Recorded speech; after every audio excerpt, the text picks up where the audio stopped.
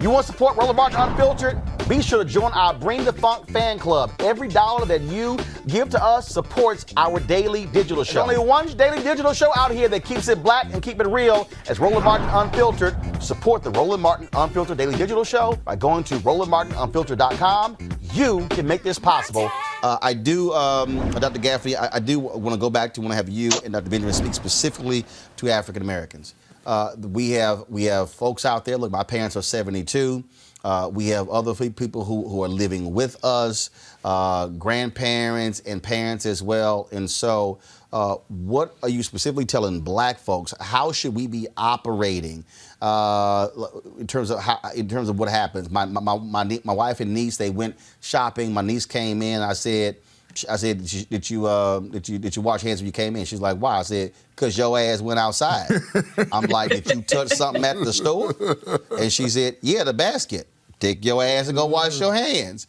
And so let's talk about, again, what kind of protocol we should be instituting as African Americans with our family, with our nieces, knowing full well we come into contact with folks who are in that endangered age bracket.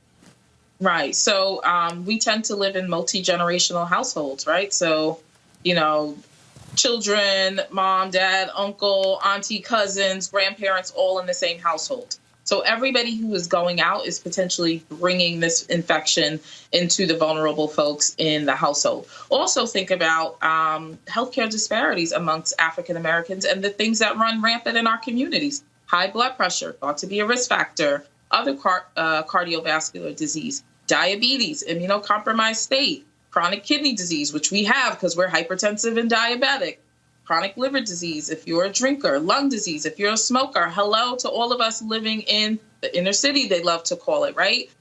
Your children and you are more likely to be asthmatic living in certain areas. And so all of those things are risk factors. So we have to take it seriously that we have more than just age going or for or against us in this circumstance. So that's one thing to consider. So if we don't have to leave our homes, we shouldn't be leaving our homes. We shouldn't be heading out. The whole family does not need to go grocery shopping. One person can go get the things that they need and come back. That minimizes the number of people who are touching things out in public and exposed. And when you come back in the home, immediately wash your hands, change your clothes, consider showering, especially if you came into contact with other people. You were around folks who were coughing, sneezing, or sick in any other way, because we don't know yet what people are out there sick with. And consider that there's more than just the coronavirus that you can bring in. We still are dealing with the peak of flu season. So there's flu A and B that's out there. There's other respiratory viruses that also peak this time of the year that we don't always put a name to, but that put the same people at risk for hospitalization, asthma exacerbations, pneumonia, and even respiratory failure or needing a breathing tube put down or ICU level care. So the other thing we have to remind ourselves is it's not just coronavirus that we're up against. We're up against all these other things competing for hospital space that our most vulnerable folks will need if it gets to that. So we also need to consider there's other things that we're potentially bringing home to our loved ones, and we want to stop all of that at the door, literally. So this is not a snow day. This is not spring break, even if it did line up or coincide with spring break. This is, what we need to just go ahead and consider and call it a national quarantine. We need to take seriously the social distancing, and we just need to sit down, play a board game, play some spades, play some dominoes. We got things to do. Read a damn book. Read a book. Dr. Benjamin, to that particular point in terms of how we are now, how we are to operate. You heard what Doc said there. Anything else to add to that in terms of how we should be going about our daily lives? Yeah, we need to do some planning. We need to make sure that we've checked in with all of our loved ones and make sure they have the medications that they need. Find out what other kinds of supports they need to live in their homes for the next 2 weeks. And then come up with a plan to assist them. Make sure you have emergency phone numbers. Make sure you know what their doctor's name and number is, so if you have to contact their physician. Check in them twice a day. And, have a thermometer around so you can take temperature if someone gets a fever. Pretty practical things. Make sure you have enough fluids in case people get any kind of symptoms. Remember, we don't have any medical treatment other than supportive care for this.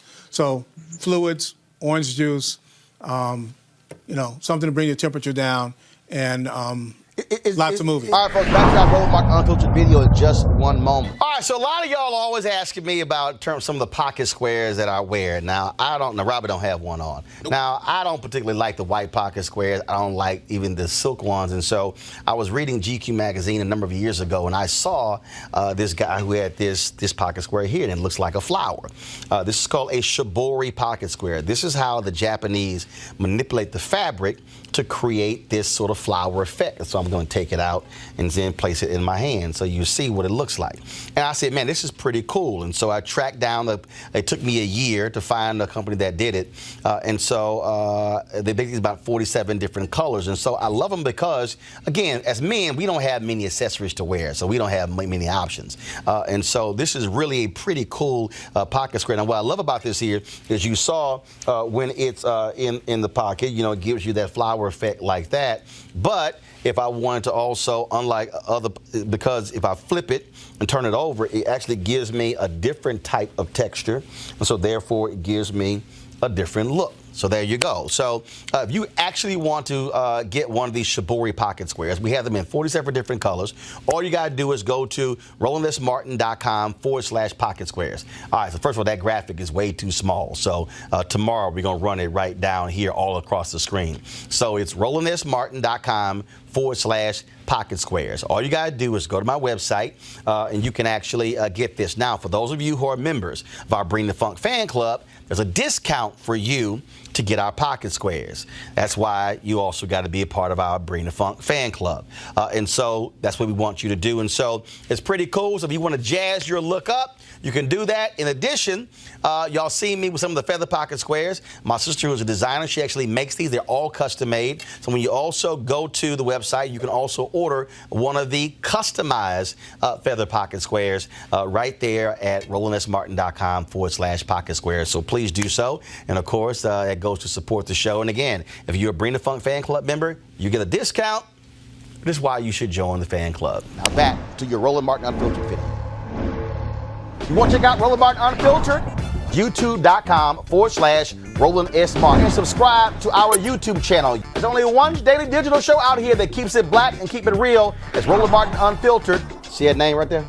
Roland Martin Unfiltered. Like, share, and subscribe to our YouTube channel. That's YouTube.com/Roland S. Martin. And don't forget to turn on your notifications so when we go live, you'll know it.